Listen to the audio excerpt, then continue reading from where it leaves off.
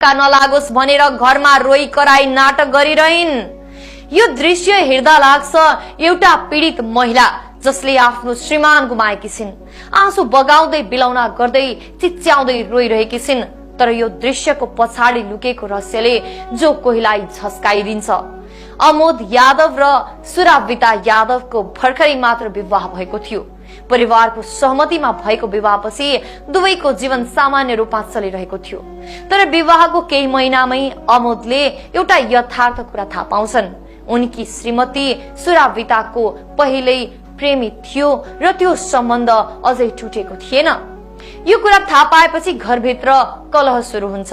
अमोदले प्रश्न सोध्न थाले, झै झगडा हुन थाल्यो। अब कुरा नगर नभेट भन्दा पनि सुराविता मान्दिनथिन्। यिनै झगडाले सुराविताको मनमा विष भर्न थाल्यो। रिस र प्रतिशोधले अन्धो भएकी उनले आफ्नो प्रेमी विकाससँग मिलेर एउटा भयानक योजना बनाउँछिन्, आफ्नै श्रीमानको हत्या गर्ने। हत्याको दिन सुराविताले निरन्तर आफ्ना श्रीमानको लोकेसन विकासलाई पठाइरहन्छन्। योजना तयार थियो। बाटोमा नै अमोदलाई हटाउने मौका मिल्ने बित्तिकै सुटरले अमोदमाथि 4 राउन्ड गोली चलाउँछन्।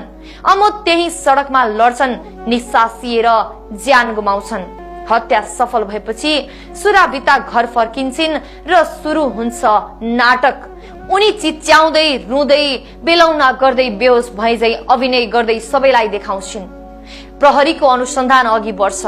कल डिटेल्स, लोकेसन ट्रेस अनि विकास र सुटरसँगको सम्पर्क सबै सुराविताको फोनबाट प्रमाणित हुन्छ। सुराविता, विकास र हत्यामा संलग्न सुटर सबै पक्राउ पर्छन्।